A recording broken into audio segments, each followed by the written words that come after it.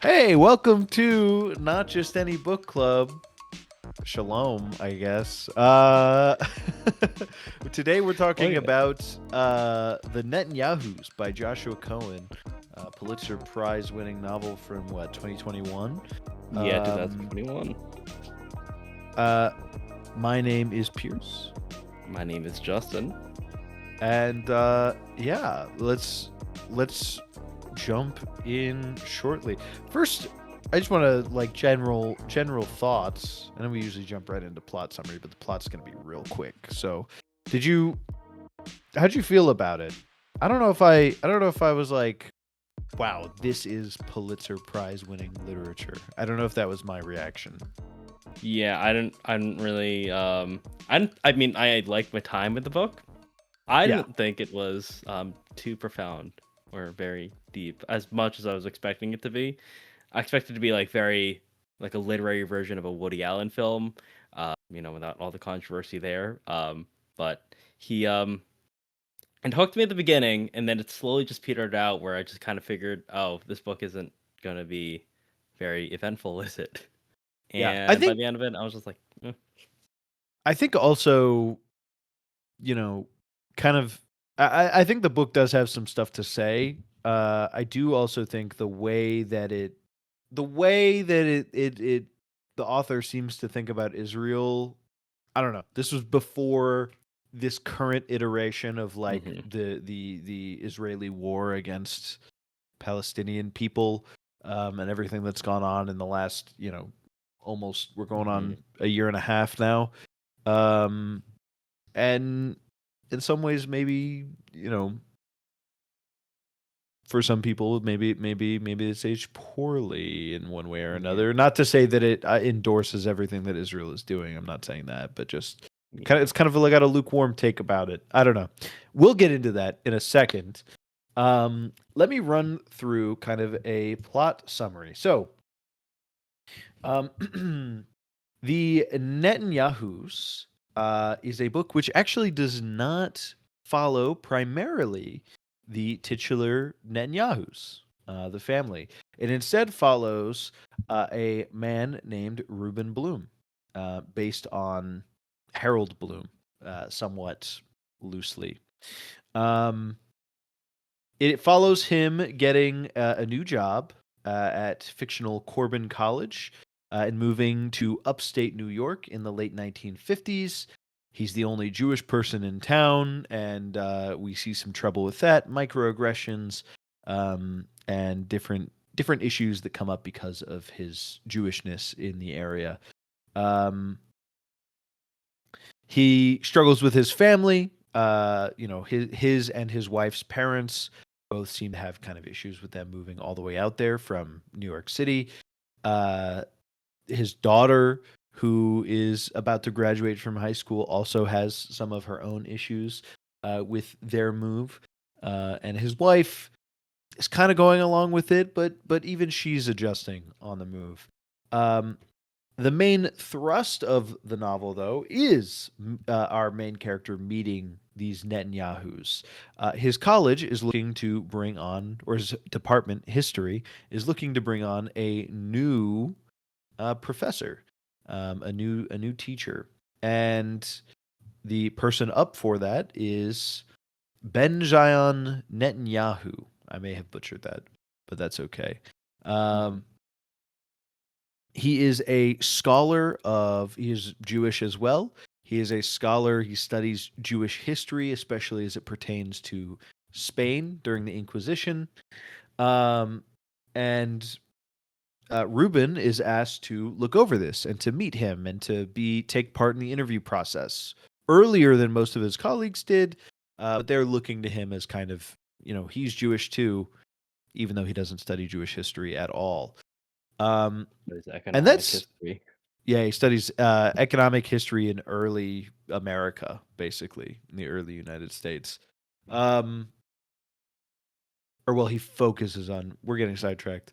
Uh, um, so he takes this on. Benjamin ends up bringing his family, his wife and three children, one of whom you may have heard of if you've paid attention to to what's going on in Israel today.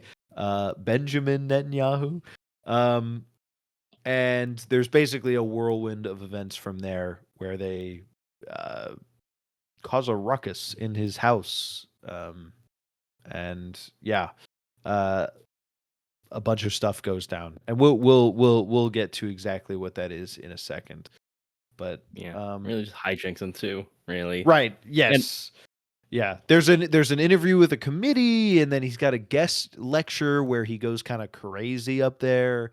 They go out to yeah, dinner, and uh, Benjamin's wife is uh, kind of a cartoon character. I mean, they all kind of are, to be honest, in the book. yeah, that exists Um, out of reality, really. yeah, and then they come home, and uh, the daughter and one of Netanyahu's Y- sons have been getting it on. Apparently, it's hijinks definitely ensue.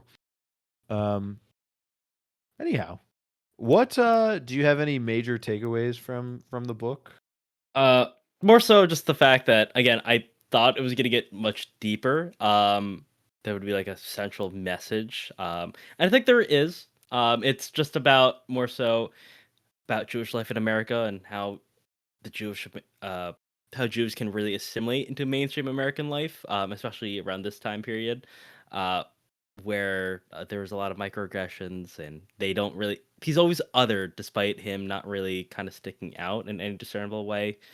Um, but I was expecting more payoff for a lot of the things they kind of set up, especially in the first chapter, which I think was distinct from the rest of the chapters in the book, where it was him being very neurotic, almost like a Woody Allen type, where he just starts listing off facts about his anxieties and everything. I'm like, all right, this is the entire book. I'm really down for it, and it doesn't really follow up on that.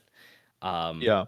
just in general, I kind of was kind of a little bit let down by it. It doesn't feel as profound as I really wanted it to be, or as I was expected it to be.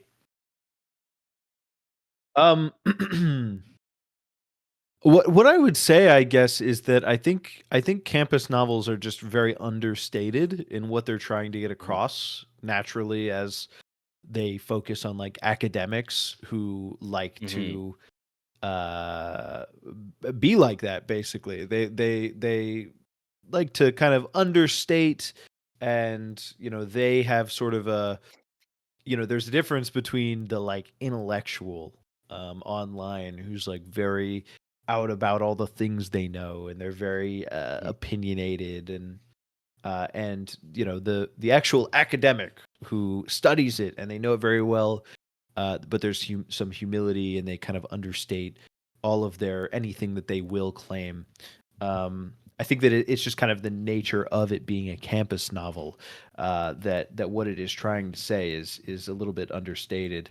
Um, what I would say is that I think what it is trying to get across most, you would kind of expect opening it, right, that it is going to be primarily about Israel in some way. And it is about Israel in some way. Um, but it is being used, I would say, more so as a vehicle to talk about Jewishness and assimilation in general.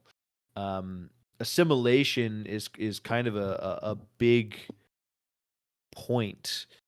Um, and I'm not sure I like all of the conclusions that the book seems to be reaching out towards. I'm not saying it comes down finally on an answer, but some of the conclusions it seems to be reaching towards I don't necessarily like. So what I would say is that right, Ben Zion, his scholarship is all about the persecution of Jewish people, right? And he God's chosen argues people. that God's chosen people. He seems to fit in with a group of people that the main character references, who believe basically that Jewish people are like destined to be persecuted forever, right? And so Mhm. he points to Jewish people being persecuted even after they've converted to Christianity during the Spanish Inquisition.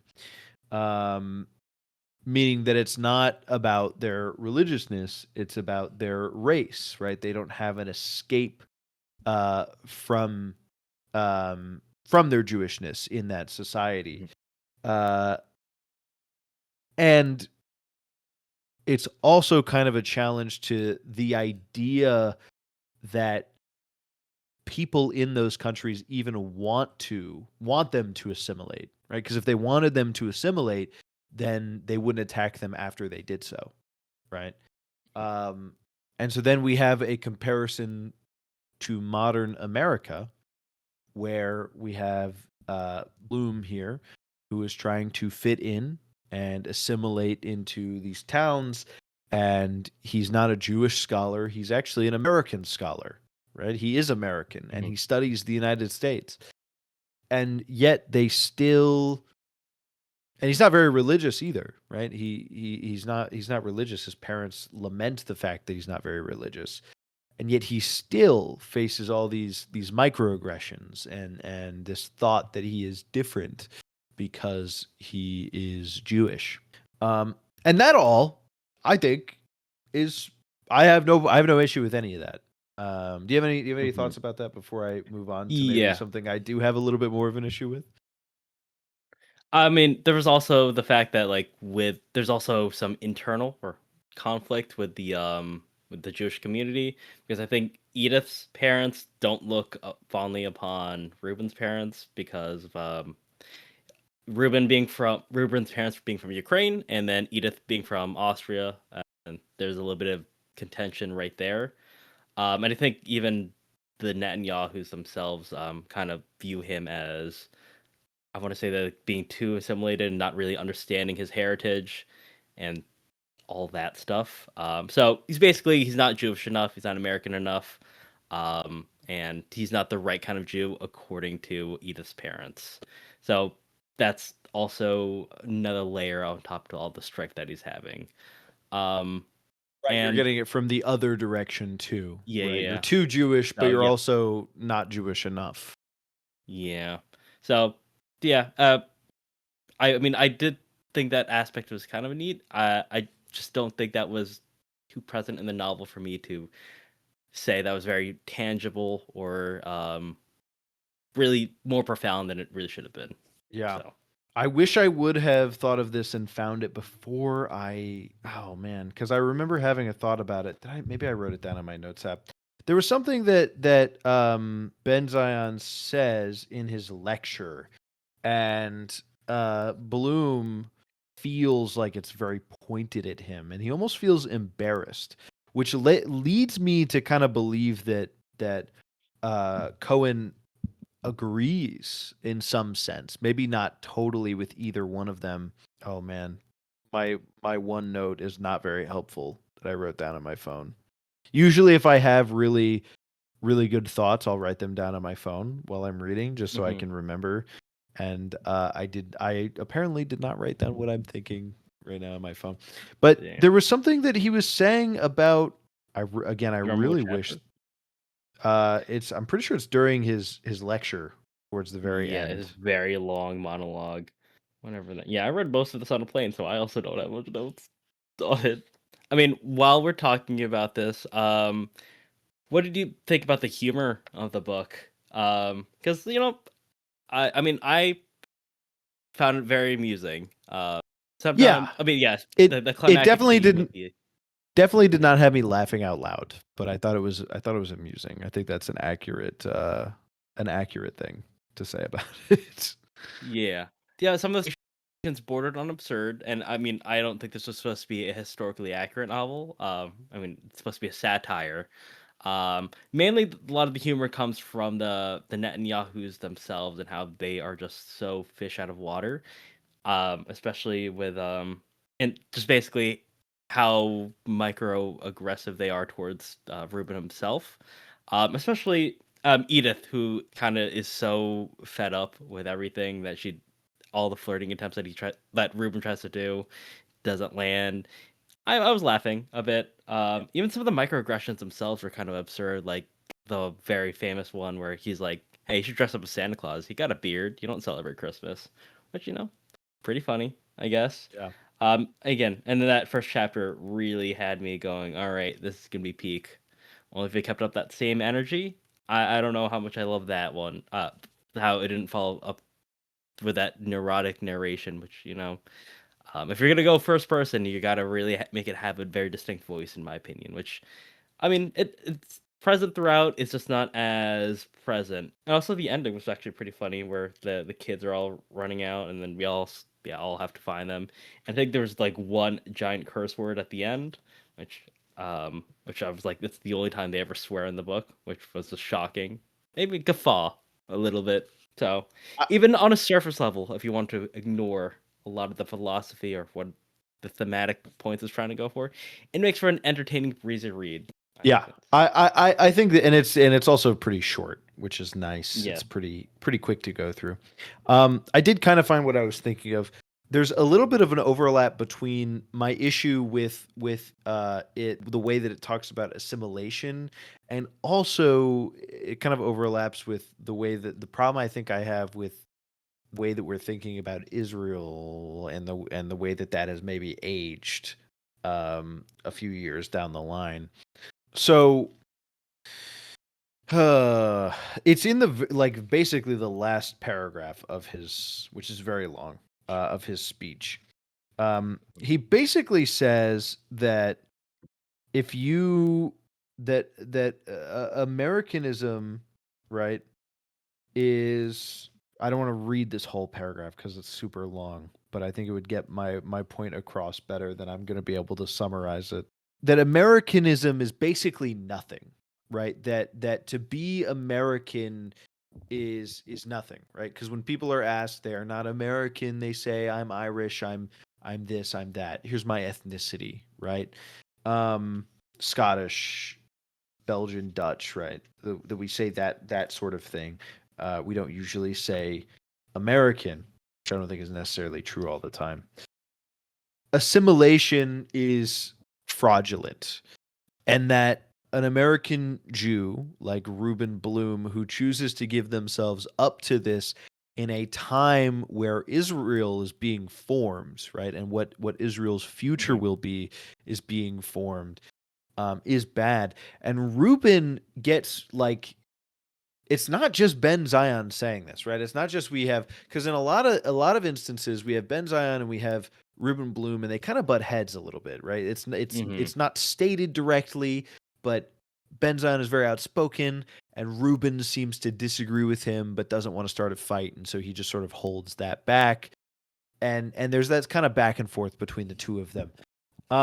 But in this instance, right, where Ben Zion is saying this during his lecture, Ruben feels a sense of embarrassment of some kind. He feels he's spoken directly to, and he seems to. I'm not saying Joshua Cohen agrees 100% with Ben Zion, but I would guess that he thinks he has a point, right, Mhm. about all of this. And I think what that really comes down to is, I did look up what Joshua Cohen's general position on Israel was after I finished reading the book. Is that Joshua Cohen is basically like, he thinks that the right wing Israelis go go too far. And I'm really simplifying this. I'm not a master of Joshua Cohen's position, so I don't want to claim to be. But he basically thinks that like the right wing Israelis have gone too far, but that like Israel has a right to exist. And I just think that that position, right, is maybe like in a post October 2020 2020, the post October October 6th. 6th world. I tried to give the year, but people know what I'm talking about. Post October 6th world. That is kind of a um that is a conversation for when there is not like active war going on, right? And so it was kind of hard for me to read this in the moment and be like, are we kind of saying that holding on to Jewish identity is good, which I don't necessarily disagree with, and that grabbing a hold of and taking charge with the creation of Israel and trying to point that in a direction is good. It's a really tough. It's not the conversation that I think I was looking for right now, is I guess what I'm trying to say. Hmm. In the world where, Gaza is being bombed all the time, and we Yeah. see death on our TV all the time, and or on the Yeah. internet, or whatever. Yeah. And Um, the main perpetrator here is a little child, right. who is quirky. Yeah. That I didn't bring that up specifically because I know that is part of the central irony that we like. He already thought, Joshua Cohen already thought that the right wingers in Israel had gone too far by the time he wrote this Mm. book in 2021, Yeah. right? So it's Mhm. part of the central irony that this little kid is going to become Benjamin Netanyahu, the guy that we know who, uh, is prime minister of Israel Controversial. for decades at that point. Very controversial. Some people were already starting to call him a dictator, so on, so forth, right? Like, Hmm. um, dictator, not in the sense of the exact form of government, but in the sense of in how much control he has over everything that goes on over there. He is like that's part of the irony. So I don't think that part of it is aged poorly necessarily. I just think that, like, the time for, oh, well, you know, maybe we just need a left wing government in Israel. I don't know. This is not the conversation that I'm like ready to have right now. I'm like, maybe we should stop killing each other in the Middle East. Each other, saying, meaning human beings. Maybe we should stop that before we worry about like what form of government. Yeah. um, but I don't know. It is what it is, and so that's kind of the issue that I take there with Israel. To get back to the assimilation point that I was raising an issue with, I feel that there is both an understanding of Americanism that, like, a lot of people don't get in this book, that, like, a lot of people, the people who are committing microaggressions without realizing it against people like, Bloom, those people don't understand that the version of Americanism that the book is kind of laying out. But I also feel like it's not right. White people say, I have Irish heritage, not because they don't think of themselves as American, but because it is a way to kind of differentiate yourself a little bit, that we all came from a different place. Nobody who says, well, I won't say nobody. Most people who say I have Irish heritage, who were born in the United States, are not going to suddenly swear allegiance to Ireland, right? Like, Mhm. the Israel is kind of a different thing. In the, Ben Zion's allegiance to Israel and Mhm. Jewishness is kind of a different thing than that entirely. It's an entirely different category. And again, I only say this not because I think Joshua Cohen 100% agrees with him. I think it'd be interesting to hear, Joshua Cohen say this, but most artists don't go that deep into explaining their Mhm. art to people.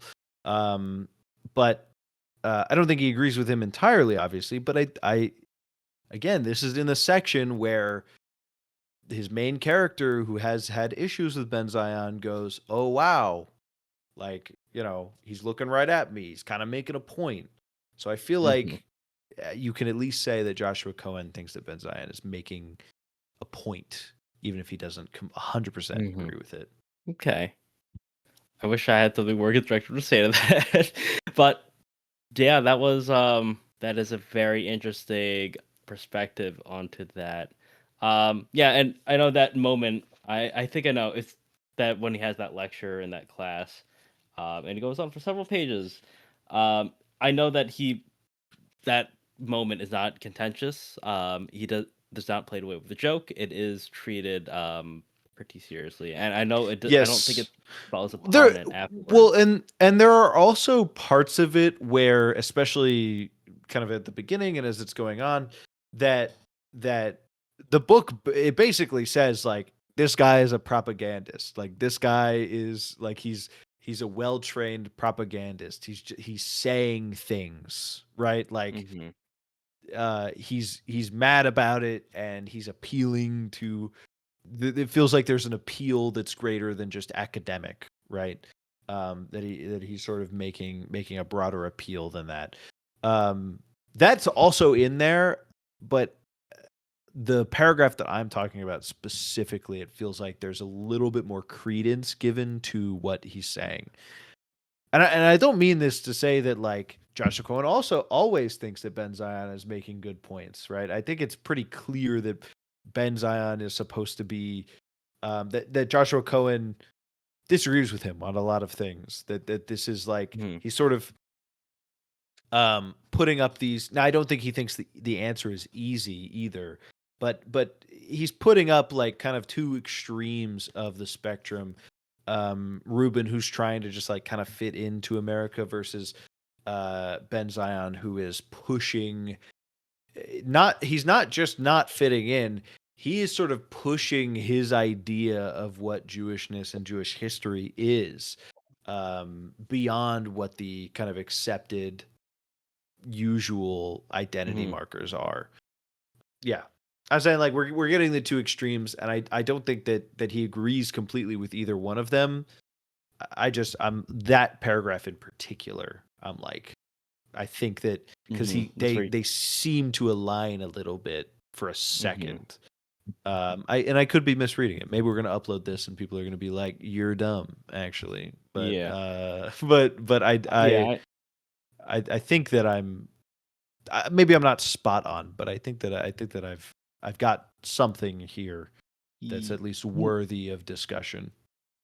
Yeah, because I think I can try to pull up that quote verbatim, like on page 211, like at the very bottom. I guess I was just taking a quick skim while you're talking about it.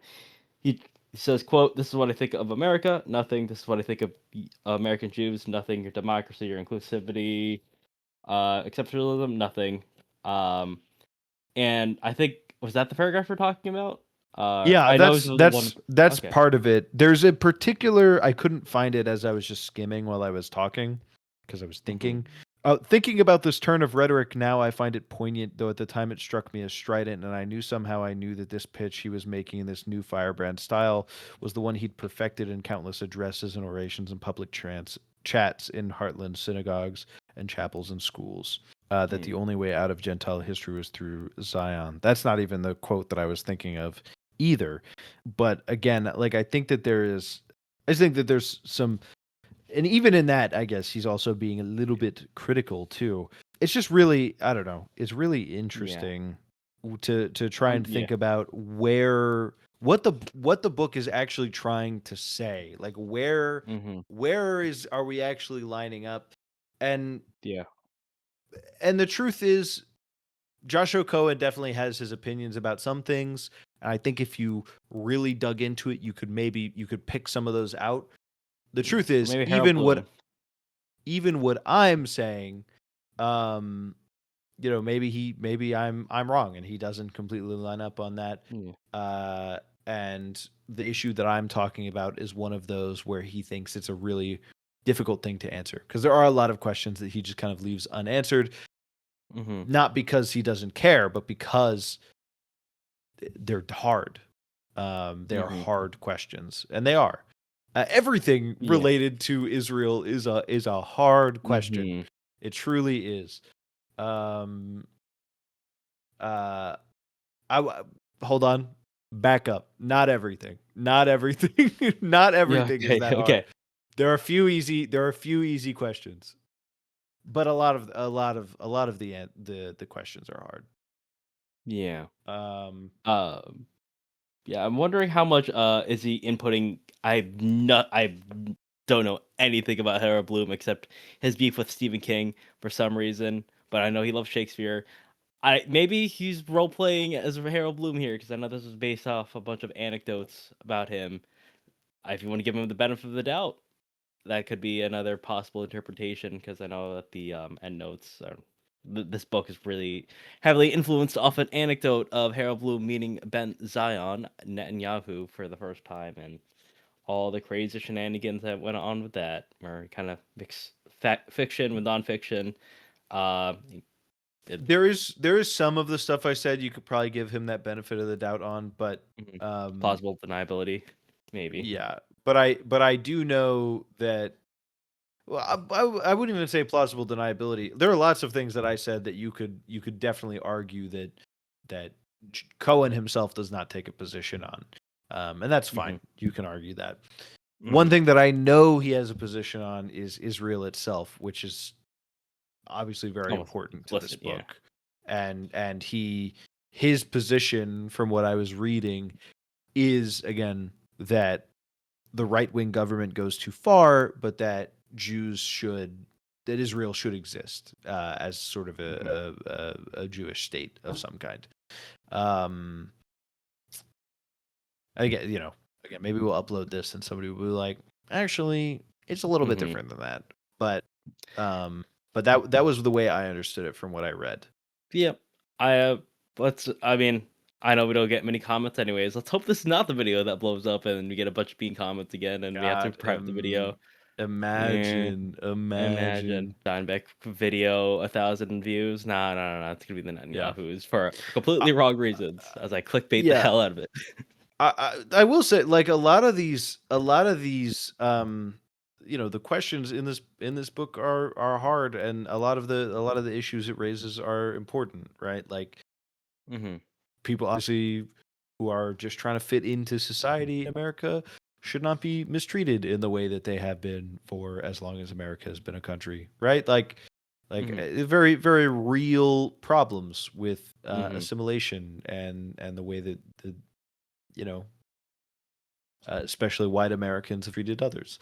Um, but there also that doesn't mean that it's totally spot on with everything it says. I guess is what I'm trying to Hmm. say. Um, I don't know. Yeah. I also think, like, at the beginning, maybe I was too harsh in saying, "Oh, I don't think this is Pulitzer Prize winning literature," just because I didn't enjoy it that much. I do think that it raises a lot of really hard and important questions about Hmm. the United States, and Pulitzer is kind of an America focused prize. Hmm. Kind of it is. And so it does raise a lot of hard questions about Americanism and assimilation into America. Hmm. Um, so in that sense, even if I didn't personally enjoy it as much, maybe it did enjoy the Pulitzer Prize. I haven't read the other two books that were nominated or whatever. So are there like three or four Yeah. nominees every year or something? Yeah, something like that. And sometimes some years they don't even choose a winner because of like, all right, we can't pick, so none. Um, this is probably our least funniest episode about a comedy ever. So, um, yeah, we really got into the deeper meaning of this, didn't we? I don't really know much about Israeli slash Palestinian history. We mentioned the P word here. Um, but I think I do agree with what you're saying. This book kind of ages pretty. I don't want to say rancidly within the It past few well, years. right, and that's kind of what I was trying to get at. Like, Mm, it's aged poorly for now, mm, because of what's going. Like, it's just not the question that I'm interested really focused it on, yeah. in right now, right? Like Joshua Cohen's actual position on what Israel should be. Um, is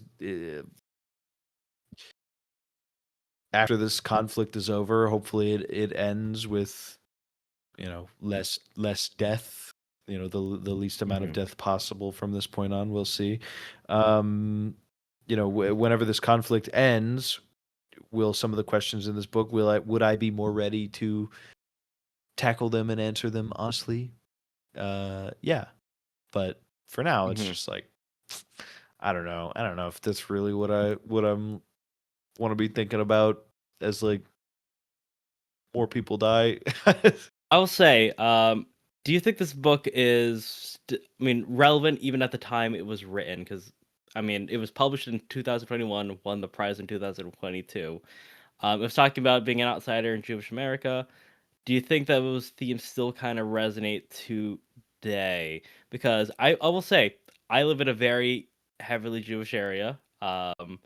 So even these microaggressions and all that that I see against the Jewish population kind of go over my head because I'm like, I never thought about it that way because I talk to a lot of Jewish people every day and to the point where I'm like, it does. I mean, I just never seen microaggressions against a Jewish person in general.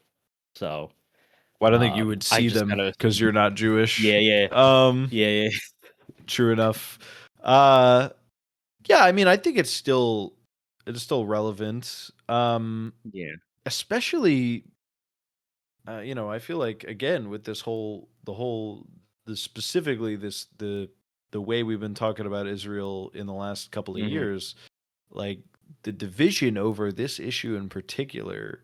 Yeah, Um, I don't think especially recently. there's accusations of anti-Semitism, and I don't think that they're being anti-Israel is not necessarily being anti-Semitic. However, Hmm. um, I there has been somewhat of a rise of anti-Semitism for sure. Hmm. Some number of people kind of blaming all Jewish people for the actions. I don't know. I don't have numbers or anything on exactly what that rise looks Hmm. like compared Anecdotally, to I guess. right anecdotally exactly. Um, and so I think even just in that it's relevant. I also think that like the part of the question that it raises is about Jewish people. How much should they hold on to their identity as Jewish people? And you're talking about the Hasidic Jews in the Northeast. They hold on to their identities pretty strongly, if I'm not Hmm. mistaken. Right? Like Very, you're there definitely are not whole mistaken. yeah, I know there are whole communities of Jewish people who hold hold on. And so I Hmm. and then there are whole communities of Jewish people who don't, right? Who you see on the Hmm. street, and unless you know exactly, Yeah, let's see. if you're Ask them weird personally. and know, yeah, you Yeah. you know exactly what they're like and can point them out. It would be hard to tell, because they just look like any other person. Um, so Hmm. I think it that way it's still very relevant. Hmm. I just think, yeah, talking about the past and still it being this, I mean, still relevant today is quite, that's still just like an interesting commentary on America and just in general. Um, do you have anything else to say? Maybe on a lighter note, I because don't think this so. I book's think I primarily kind a of comedy. Yeah. Yeah, I think I kinda went all out on the speech at the end, the lecture. Yeah. Well, let's hope that our next book next time will be a little bit funnier or a little bit more lighthearted, a little bit whimsical. Yeah. 'Cause Um, yeah, and of course it will be actually don't really know if it the will be Martian at all, Chronicles. because next time we're reading The Martian Chronicles by Ray Yes, Bradbury. We are gonna try and fit in a movie as well at some point, I think, but whatever it we may still have be. to talk about that. So look out for that. But The Martian Chronicles will for sure be the next episode towards the end of Yeah, May. um, or beginning of June, kind of that area. Um, if you enjoyed, please leave us a like, a rating, a subscribe, follow, yeah, whatever it is on whatever platform. We appreciate it. yeah. And please share this video on social media because I ain't doing that job anymore. Oh my God! Please share this video with your friends if you enjoyed. Yeah, And with that, I think that's about it. yeah. Goodbye, Prometheus.